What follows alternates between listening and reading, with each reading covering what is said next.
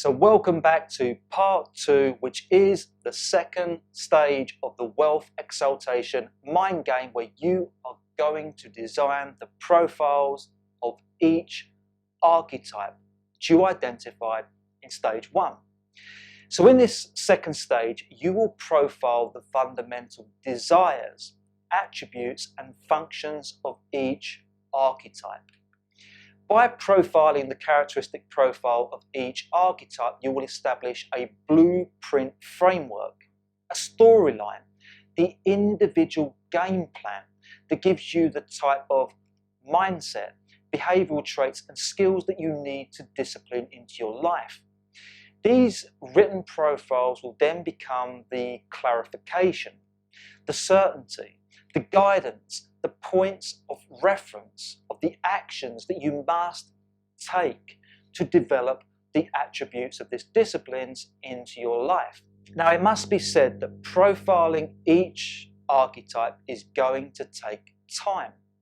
But as the old adage says, if you fail to prepare, you must prepare to fail. And thus, by preparing the profiles of each archetype that you have already identified, by profiling them as they relate to your life personally, you will get very precise in what is the best way for you to adopt those traits into your life. You will clearly define the do's and the don'ts, the positives and the negatives, the detriments and the complements of each archetype. The more precise you are at profiling the person that you wish to develop into and the lifestyle that you want to cultivate, the more laser-like your focus will be on taking the right action to get the right results. Besides, this is your whole life that we're talking about here. And there is nothing more important and serious than working out exactly how you are going to live your entire life. And I'm not sure about you, but I think it's worth the 1, 2 or even 3 weeks that it might take for you to profile all of your chosen archetypes to make sure that you get the next 12 months, 10, 20, 30 or 50 years right. And look, don't be doubtful about designing your entire life out, because it's not like you're going to set things in concrete, because life is going to change. You are going to change as you journey through life, and therefore you will need to change and upgrade your plans. You will need to readapt, but you do need to know what direction that you want to travel in and how you are going to get there. So for now, this profiling exercise will get you started with some type of structure, a baseline plan that aims for the best outcome and prepares you for the pitfalls whilst making allowances for you to be flexible and change that structure as you navigate life and grow forward. So let's go through this profiling stage together. So right now, I want you to open up a fresh page in your journal and write today's date with the headline, the profile of, and name the divine discipline.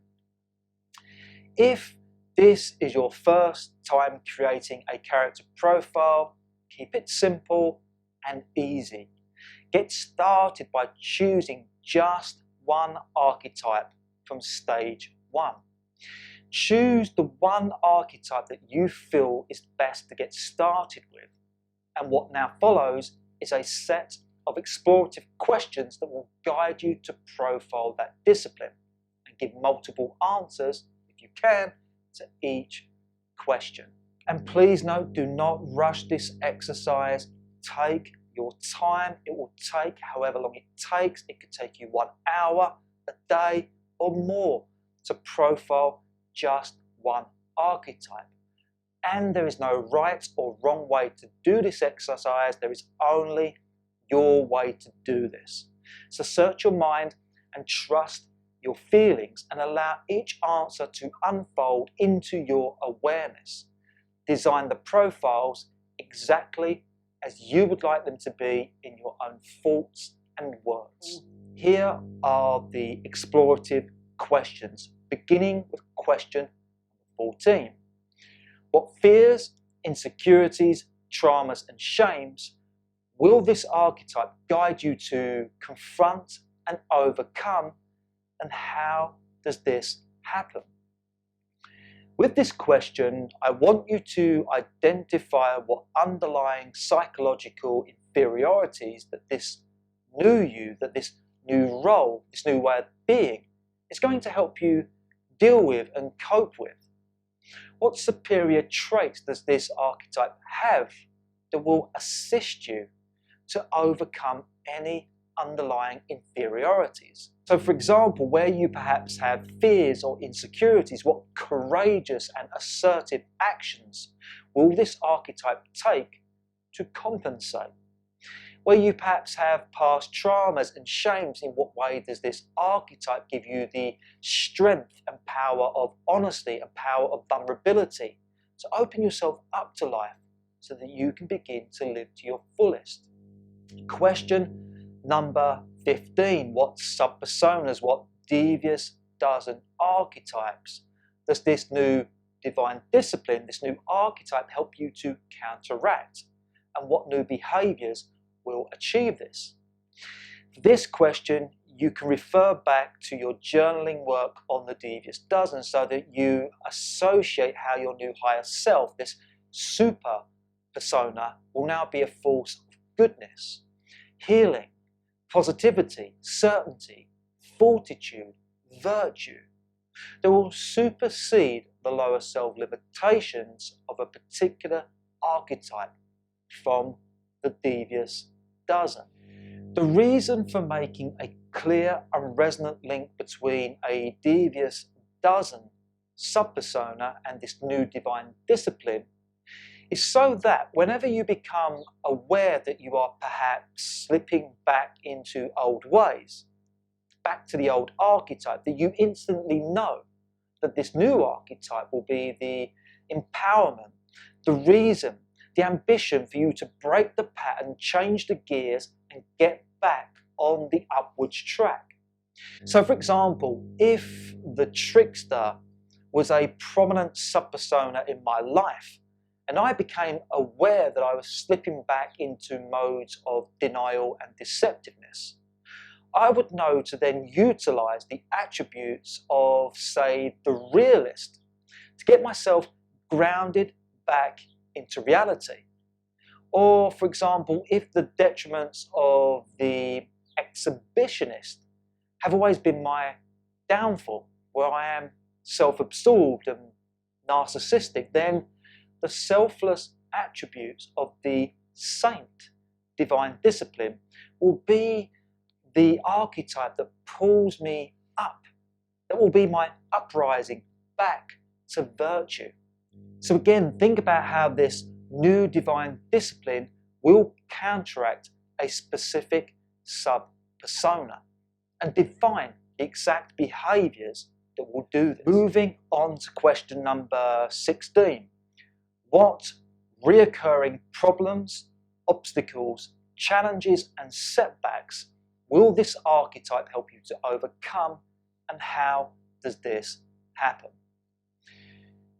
When answering this question, I want you to project your mind into the future and think about how the traits of this specific archetype will guide, assist, support, empower, encourage, help you to break through and rise above those problems, obstacles, challenges and setbacks. Question number 17. What are the thresholds of this archetype? i.e., when and how does this archetype start to slide into a negative effect?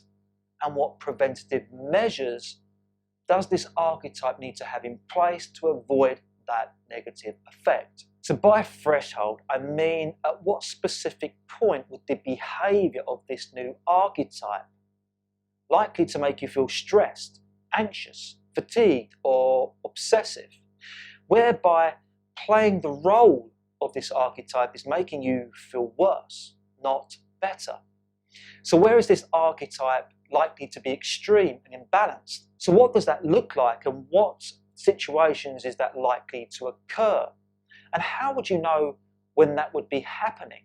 And what would you do to prevent that from happening? In what ways would you break the pattern? What way would you find a way to get relief and cope? What alternative actions and activities would you do to redirect this archetype back to its healthier outcome? Question number 18. What is the main purpose of this archetype, and why is it important for you to achieve this?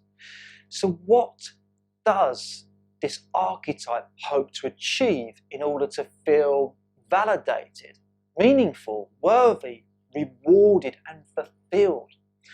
What endgame scenario is this archetype aiming for? What is the agenda? What is the desired outcome?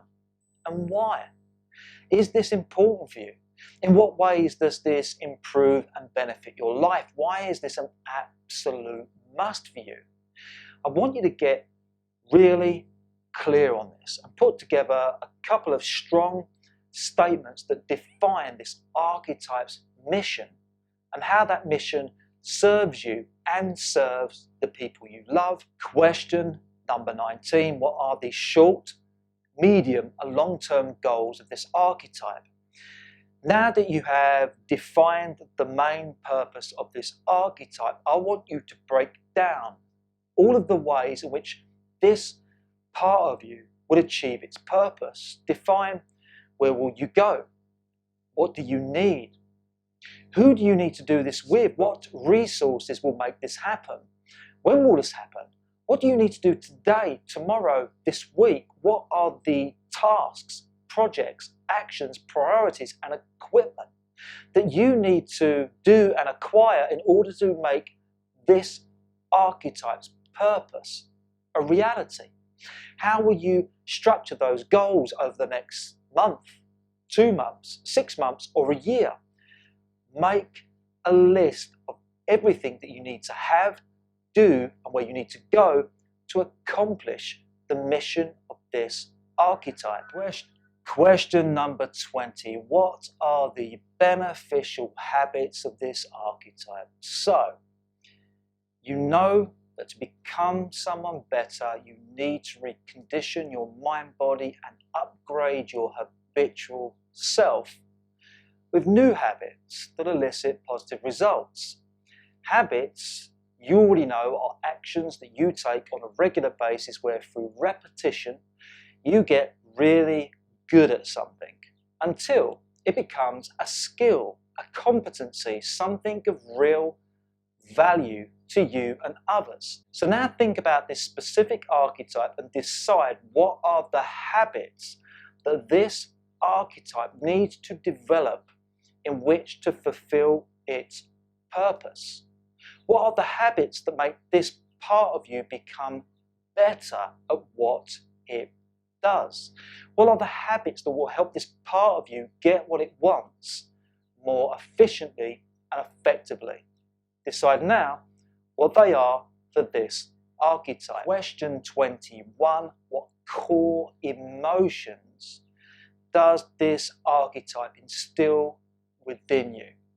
Now I want you to imagine that every time you become this archetype, when you switch the cap, when you transform, when you know it's time to start playing this role, what are the 2 or 3 positive emotions that are going to make you come alive, feel charged, feel empowered, feel like you are unstoppable, where you experience this power shift in the way that you feel?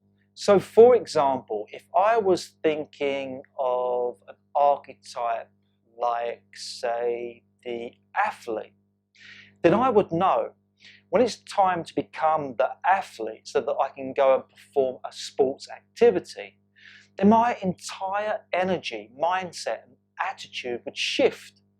I would perhaps be psyching myself up, getting myself into beast mode to go and pump some weights or do a long distance run or whatever it is that the athlete within me has committed to do. Or it could be the complete opposite of that. If I have chosen, say, the yogi as my archetype, in that case, my mindset and body would be shifting to a more relaxed and calming state. Therefore, with this question, you can define those positive emotions that are either revving you up or soothing you down.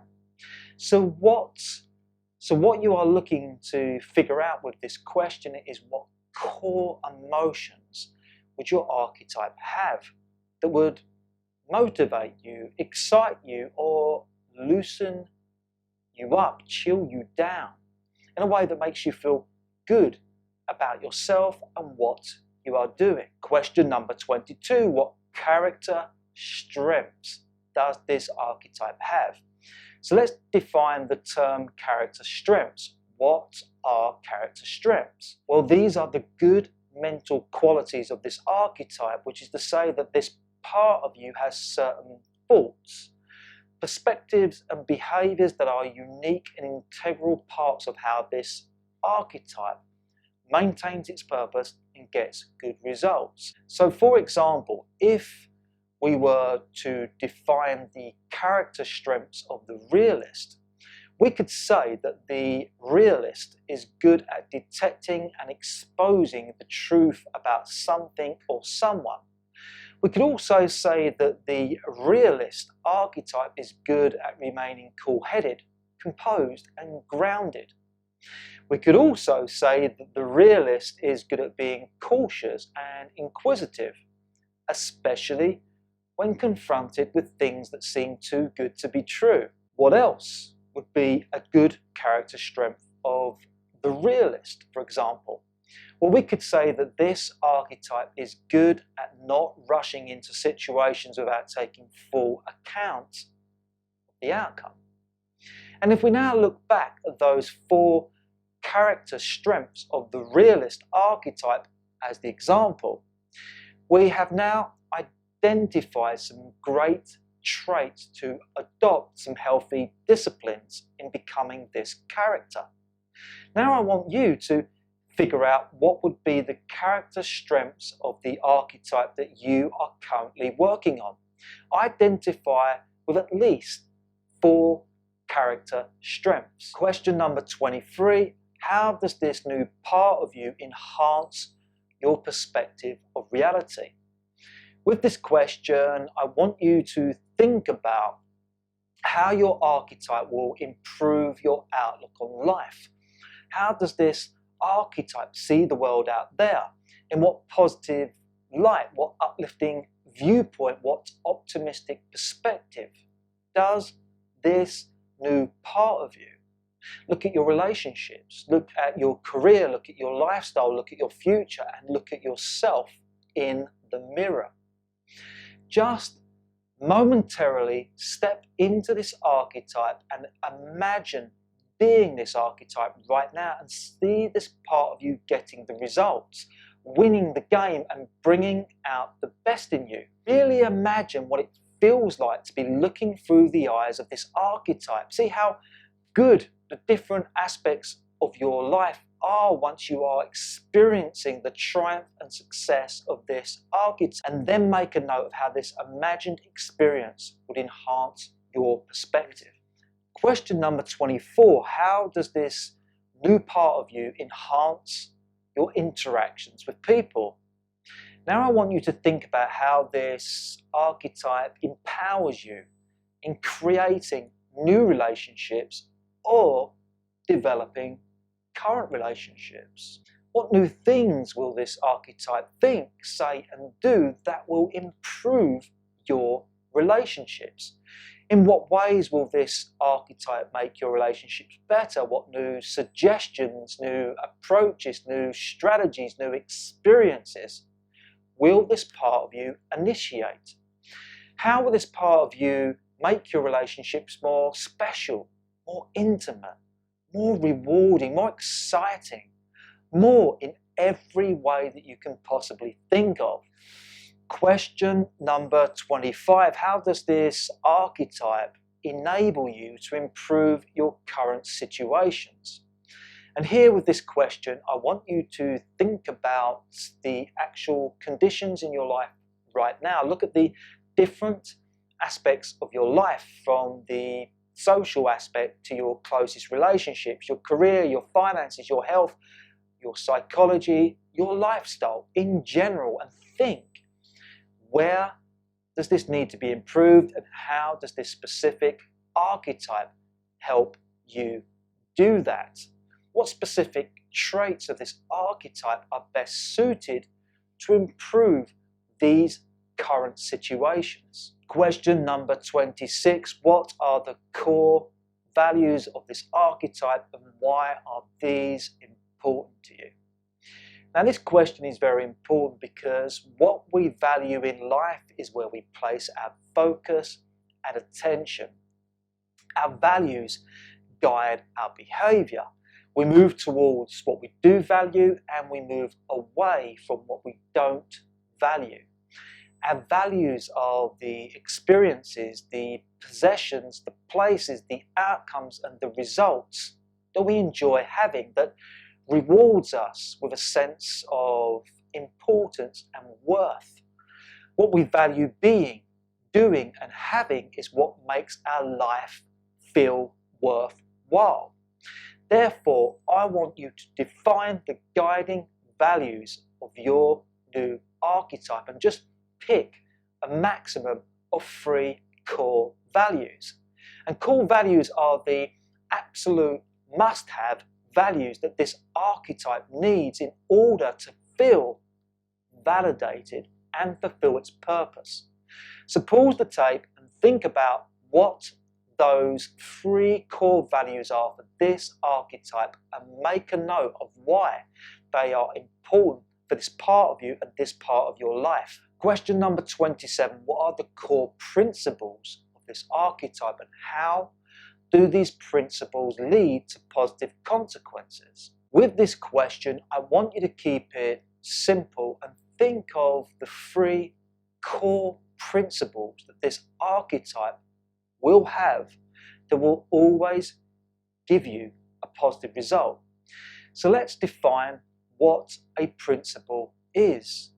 A principle is a foundational thought, idea, or action that will always remain as a fact, a truth, and that will always uphold with integrity no matter what happens. So if the world out there changes, if things out there get worse or better, if people come and go in and out of your life, whether you experience fortune or misfortune, whether things are tough or easy, whether you are going through good times or bad times, that no matter what happens, this archetype of yours will always stick to these 3 guiding principles. These principles could either be something that you must always be, must always have, and must always do, no matter what. So for example, if we were to consider what would be the 3 core principles of, say, the saint archetype, then one core principle could be, every day I will always find a way to give to someone in need. The second core principle of the saint could be, even when confronted with the evils and immoralities of life, I will remain pure in heart and kind in nature. Third core principle of the saint could be, I will not allow one single bad thought to affect me negatively, even when I have every reason to feel bad. So from those examples that I have given you, you will see that we have established a set of principles that will always maintain no matter what. And what those core principles do is it gives you structure, a framework. They place a stake in the ground that says, these 3 things here, I am always certain of. I can always rely upon them, that I can always feel secure about these 3 things, self-assured that this is who I am and what I am about. So pause the video and work out what the 3 core principles will be for your archetype, whereby these principles will always result in a positive consequence in your life, no matter what. Question number 28. In what key areas of your life does this archetype best fulfill its role, and why? So here I want you to define and describe 1, 2, or 3 key areas of your life. So that could be work, a project, a relationship, a particular habit, a financial matter, an important experience or event, that this part of you, that this one archetype is going to best fulfill its role, going to make this part of your life excel towards higher standards and achievements. And then ask why. Why is this archetype best suited for this area of your life? Why is it good here?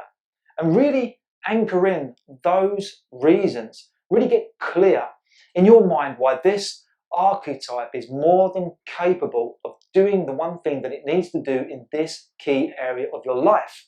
A key area is being something that you truly need, truly desire, truly must have to feel human, to feel loved, to feel a part of life, to feel alive, to feel like you are winning.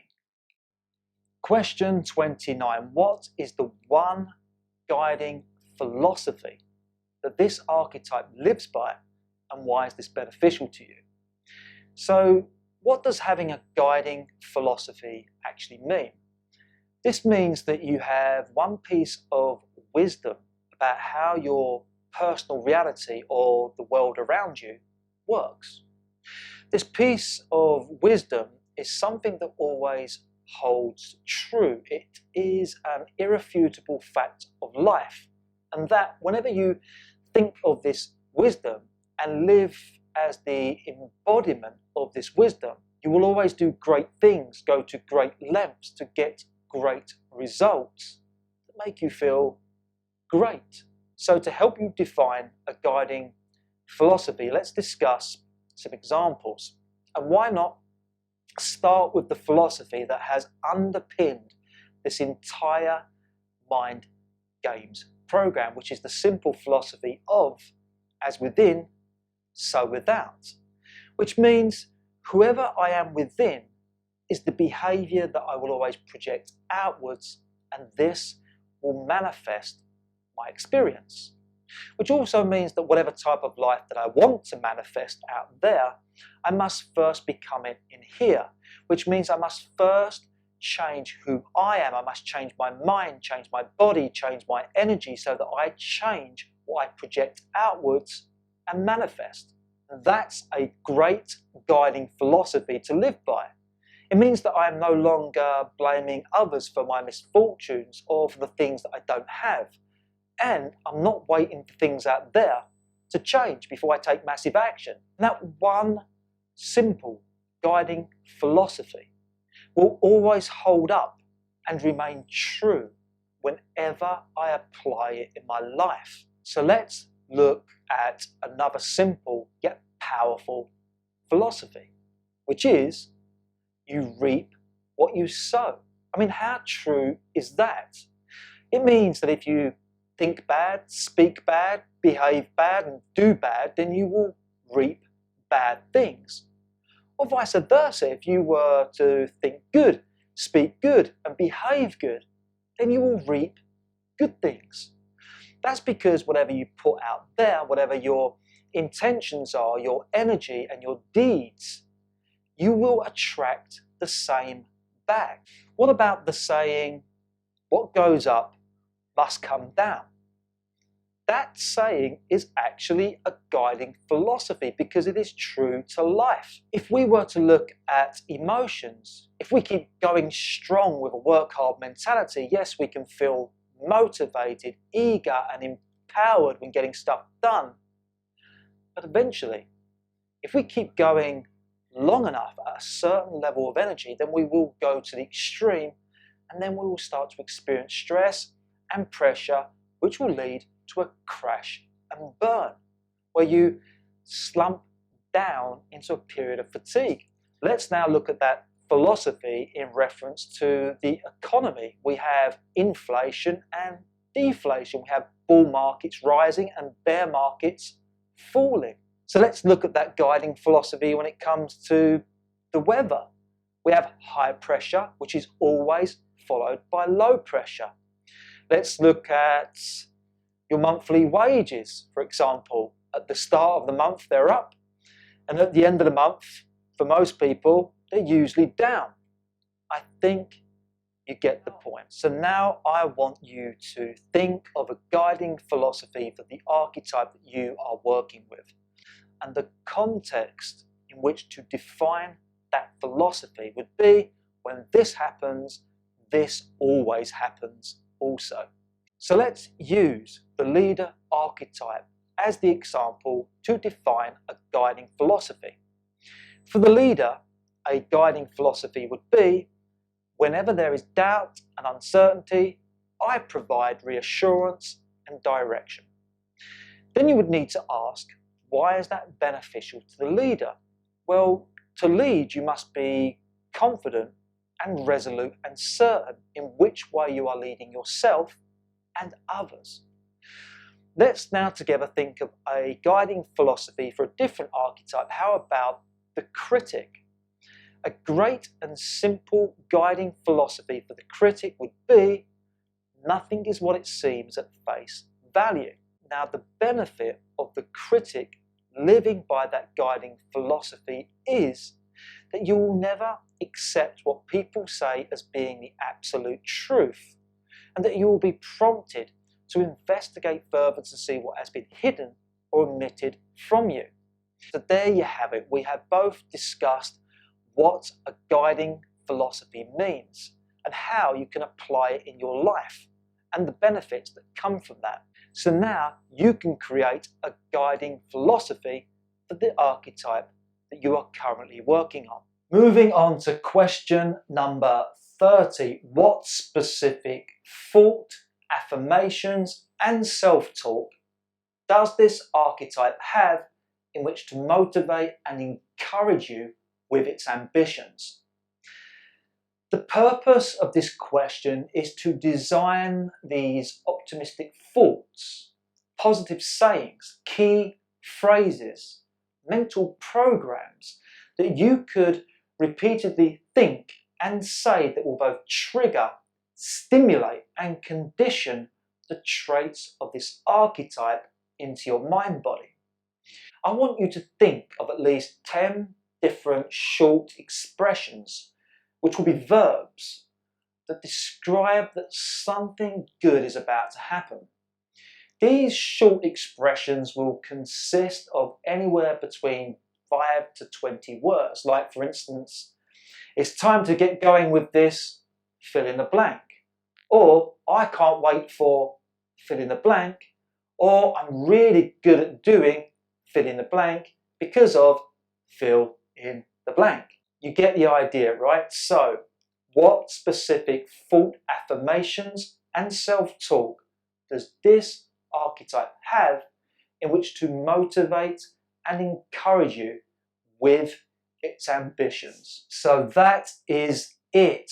Well done with completing this stage 2 of the exercise. Now you have collated a long list of answers, information that you can now formulate into a written profile for your archetype. And you can use the Devious Dozen archetype profiles that I have given you in this program as a template to follow on how to structure the written profile for your new divine discipline. Or you can be creative and do it in your own unique way, whatever works for you.